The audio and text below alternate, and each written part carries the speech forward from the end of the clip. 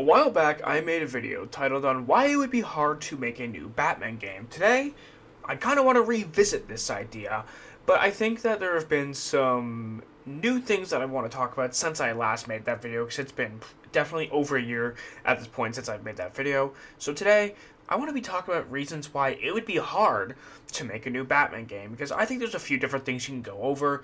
Of course, with any sort of game, there's going to be pros and cons. There's going to be things people love about the game, and there's going to be things that people don't like about the game. And that's just part of how it is sometimes. And before I get into this, I just want to clarify, I'm not talking about a new Batman Arkham game, because we literally just saw with Batman Arkham Shadow that can absolutely be done, right? The Batman Arkham series as a title is always going to hold some type of value, and those types of games are always going to do very well in the sales department, and even perceived very well by the public in general, so long as it has a somewhat decent story to go along with it. But I'm not talking about the Arkham series in this video. No, no, no. I'm talking about starting a new iteration from scratch, kind of like what Batman the Telltale series did, but on a bit of a larger scale with, open world, better gameplay, similar to the Arkham series, just in a new iteration. And if you guys enjoyed this video, make sure to leave a thumbs up, make sure to subscribe for more content, and without wasting any more of your time, let's get into why it could be hard to make a new Batman game. First and foremost, probably one of the more obvious things that I just want to get out of the way is simply due to how good video games have become, right? You talk graphically, you talk about in terms of combat, how good storytelling has actually become over the years, how we've seen so many ideas and everything come in various types of medias, that in order to live up to that sort of standard, you would have a lot of pressure on you to make an elite level Batman story. Otherwise, I think it would be perceived as kind of Like, I'll give you an example here, right? Suicide Squad, right? That game graphically was very beautiful. I love the world design in that game. I thought it was very, very well done. Even the combat was alright in some places. A bit repetitive and a bit boring, just getting slightly more difficult. But honestly, it wasn't really that bad. It wasn't the worst combat system in the world. But you take a look at the story, and everybody freaking hates the game. I understand that graphics and gameplay are a massive part of it in any sort of superhero game in particular. But the gameplay is not necessarily as important as the overall story. If you don't have a compelling story, then you don't have anything to work with. So writing a very, very good story, an original story in a Batman type of genre, could be extremely difficult because most things that you can think of, who will be the main antagonist, the setting, all those sorts of things, something along the lines of whatever ideas you may have already been done, rinsed, and repeated to a certain extent. And if you look at another example, Gotham Knights was a game that kind of got mixed reviews, but I think a lot of it was kind of more disappointed because of the gameplay and the mediocre graphics in comparison to something like Batman Arkham Knight.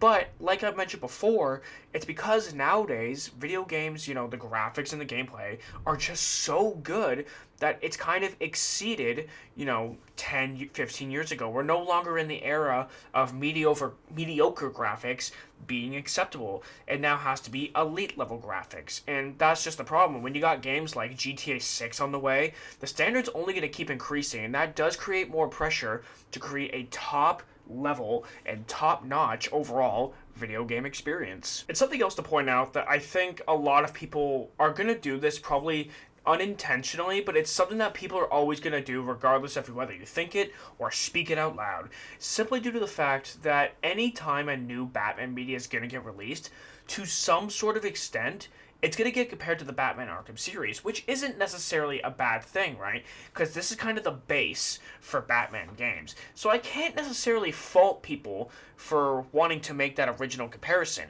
However, if there's even a slight flaw in a video game, in a new Batman game, immediately, the Batman Arkham series didn't have this issue, and so it's always going to be looked upon as worse. But the reality is, the Batman Arkham series was so far ahead of its time.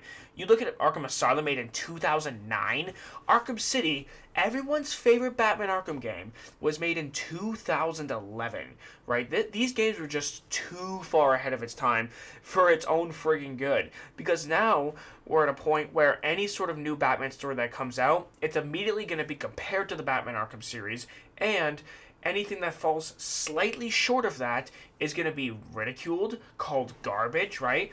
Let me ask you guys a quick question, and I want you guys to actually think about this before you actually say anything out loud, or go down to the comments section and freak out on me. If the Batman Arkham franchise didn't exist, right? No Arkham Asylum, City, Origins, Knight.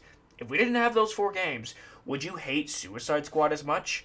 Would you hate Gotham Knights as much? Now, granted, Suicide Squad takes place in the Arkham universe. However, that doesn't mean that the Suicide Squad game could not have taken place without it. It could have just been some random iteration of Batman, right?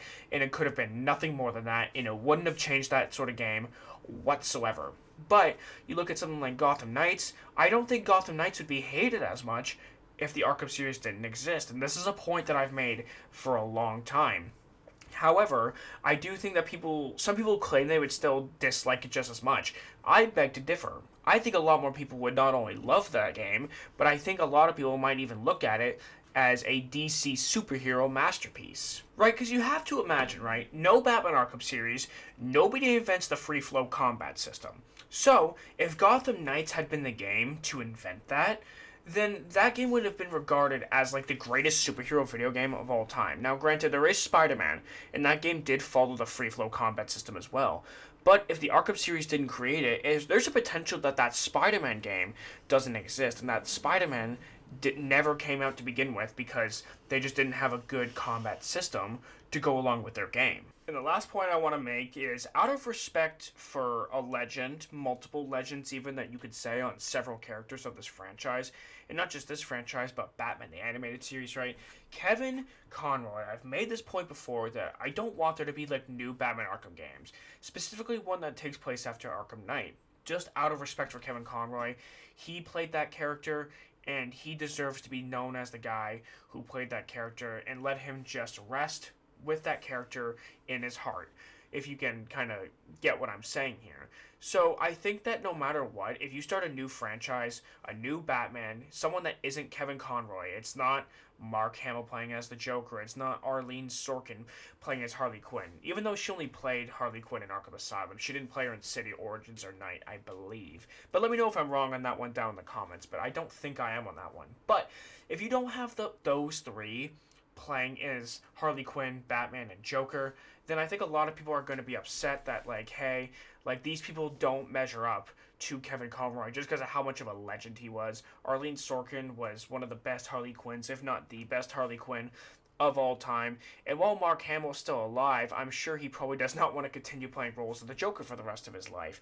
So I can only imagine that no matter how good of a job the voice actors do, you know, freaking Roger Craig Smith did an amazing job playing as Batman in both his games. But he's not regarded as good as freaking Kevin Conroy just because of how much of a legend he is and how he played the character for 30 years. But guys, this is why I think it could potentially be hard to make a new Batman game. But I will say there probably is a lot more evidence on the flip side that making a new Batman game could be very successful, because a lot of people know about Batman, myself included, through the Arkham franchise, and didn't even get into this character until the Batman Arkham series. So we only have this series to thank for that.